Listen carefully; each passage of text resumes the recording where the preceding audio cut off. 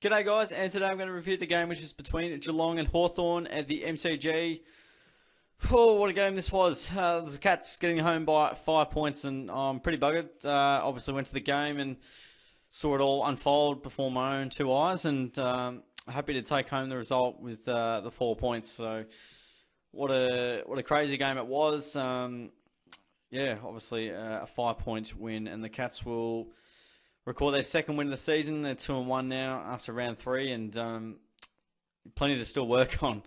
The Cats in this game, they had control for a fair portion of the game. They got off to a really good start, and had decent fluency going forward early on in the piece. And we obviously got out to a 5-goal lead in the third term and looked for most of the game under control, but like it was against the Brisbane Lions, so we just sort of, just let it sort of get a bit out of hand and let it become, I suppose, a bit more of an issue than probably should have been. Probably should have been a little bit more comfortable than 5 points.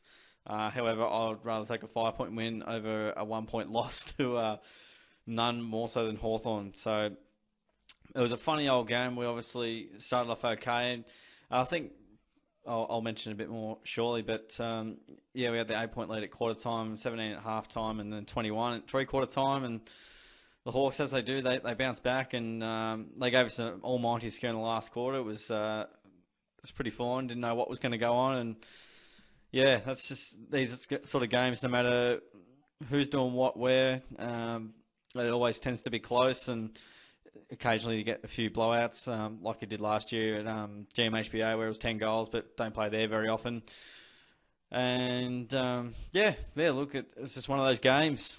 These games, no matter where we are on the ladder, what's going on in the world, they tend to be pretty close. And obviously the Cats just snuck home late. Obviously, Hawthorn parked the bus pretty well. Clark had a very good plan indeed, as he always does, for, I suppose, defending quite strongly and probably not going super attacking until probably later on in the piece. And as you can see, they definitely took the game on a bit more, and the Cats probably didn't play the way they were playing in sort of the first 3 quarters. But it definitely wasn't a game for the ages in the first sort of half, 3 quarters. It was a bit of a non-event, not too many highlights and a lot of slow ball movement, and just sort of frustrating, I suppose, decisions made. The Cats went short a lot, and it didn't really work, and they're not going to adjust to the 2021 game style. But it was definitely a game of moments, and there was a big one, obviously, late, where Hawthorn tried to put it back into the middle, and Henry had probably one of the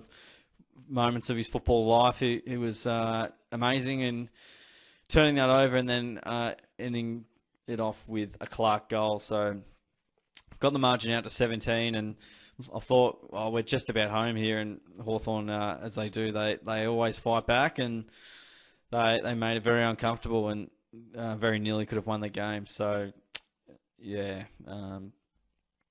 was interesting nonetheless. It was good to get the win, but still, the Cats probably not playing the top footy they'd like to play. Hawthorn, definitely hats off to them. I knew it was going to be a tough game going into it. I think my prediction, if you look at my tip video last week, I thought it was going to be a 2-goal game, and or I've commented it somewhere.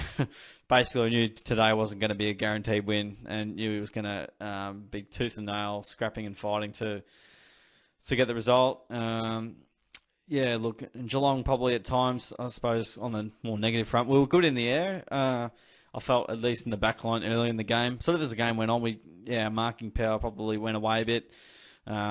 Our pressure around the ball was decent, and probably tapered off a little bit late. But we definitely, pressure was sort of there in the midfield. Probably needed a bit more work in the forward line in terms of the pressure. That needs to definitely lift.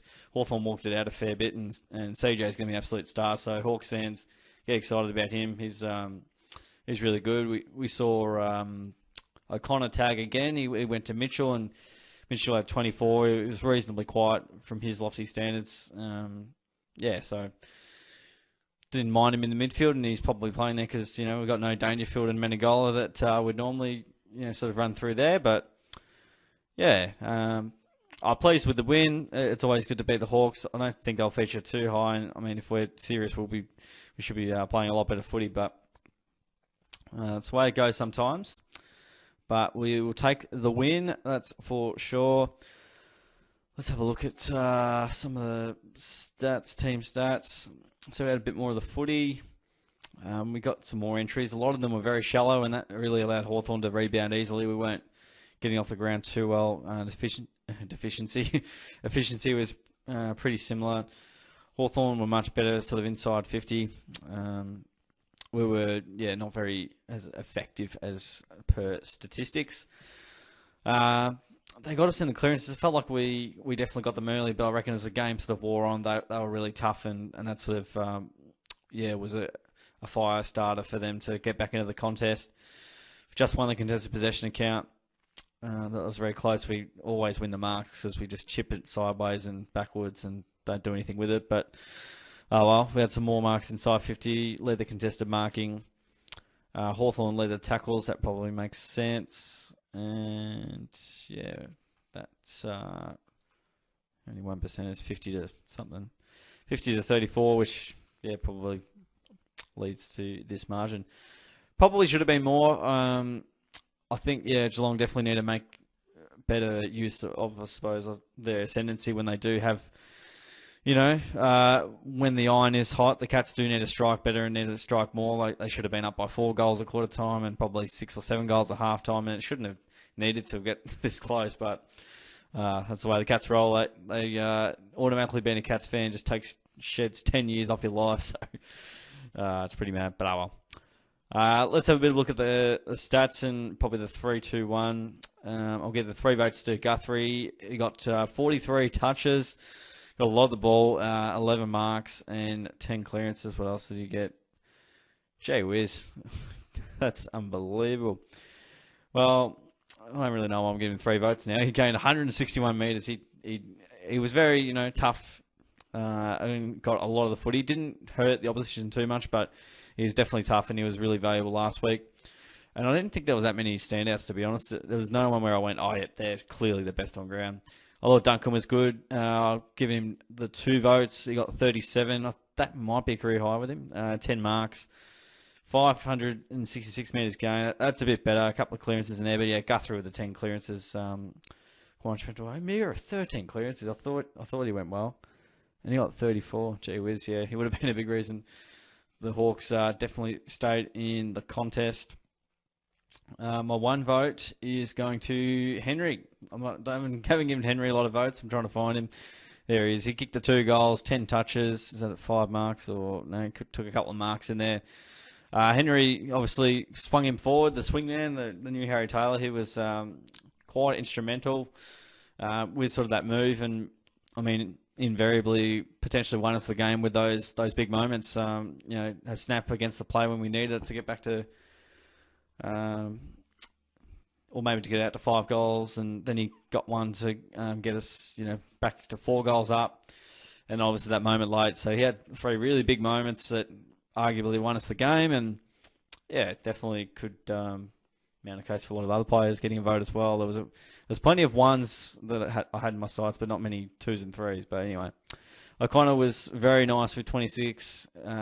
He kept Mitchell to 24, and he got 26 himself. So he's doing nice in the infield. I thought Stewart's game was really good. He didn't use the ball super well all the time, but his run and dash is always a highlight. So we got 21. He wasn't too bad. Hawk was a bit wayward in front of goals, but he had a lot of long shots. So he's going to miss a few of those. So 2 goals for, but he was a presence, and he's had better games, that's for sure. Myers kicked 1-2, not too bad. A little bit of roaming around the ground. Smith was must have got most of those in the first half because I didn't really see him in the second half, but apparently he was a little bit ill. Parfitt kicked a nice goal, and he was always a tackle machine. Atkins got 17, halfback, and had a massive moment late. The Hawks were out, and then Atkins left his man and then pushed the ball forward. Made sure the Hawks didn't get it, and then all of a sudden it was in Selwood's hands, and that moment there may have saved the game as well. So, well done, Tom Atkins there. College Asney took some nice marks and has some nice kicks too. He would have enjoyed. Blitzarves kicked a crucial goal. He was quiet. Played a little bit of ruck as well by the looks of it. I hate it when it does that. Oh, God. All right, there we go here. That's a little bit better. Tui kicked a nice goal, got 17. Thought he was a little bit quiet, but again, he kicked a nice goal in the first term, which was quite valuable. Hendo was decent down back. I got the 15. Stanley was all right in the ruck. Constable from a sub kicked a goal when we really needed it. 14 disposals. Holmes got 16 touches and got a point next to his name, so not too bad on debut. Probably, yeah, a big occasion for him, and he'll be better for the run. But like the attributes he's got. Clark kicked a goal off the end of some wonderful Henry work. He was better this week. Dalhouse was better this week as well. He had 4 more touches than last week, but yeah, he got to more of the football, but still didn't do a lot. Buse was quiet.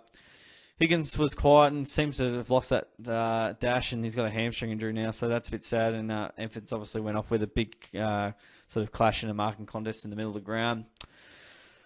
Whew, golly, what a game that was. So, yeah, I don't know if we go chopping block, but I think there are some big names to come back in. Dangerfield's probably not back just yet. He's probably 1, 2, 3. Dangerfield probably got another week. Jeremy Cameron's been thrown around as a chance. He might be a week or 2 away. Don't know about Menegol, but obviously those are 3 big names that the Cats would want to get back in. Hopefully they give Constable and Holmes another run. Yeah, Evans might make way. Rowan's obviously got another week out as well. Higgins will definitely be out. So there's definitely going to be some force changes. Wonder where they'll go there. But yeah, it's going to be some interesting selections. Maybe a Narkle in them, potentially. See what the Cats reckon. But that's a bit of a wrap-up of the game, guys. Round 4 for the big assignment up against the Melbourne Demons to the MCG. So obviously the D's 3-0. They're looking the goods and proving all the naysayers that they're the real deal this year. Obviously plenty of water to go on the bridge, but I'm tipping the D's right at the minute. Probably sort of in that 3-goal, 4-goal range. They're playing a lot more daring football, and we're playing a very boring style of football, and we tend to not play super well at the MCG in general. We saw that today. So I think the D's. I'm tipping Melbourne to win that one. Hope we win, but I'd kind of be shocked, to be honest, if we did win. But there you go. It was the Cats by 5 points today. Chuck down your comments on the game, guys, if you went to it and whatnot. Don't forget to subscribe away and all that good stuff. Appreciate you guys listening in and watching on. Thanks again. I'll see you guys on the next video.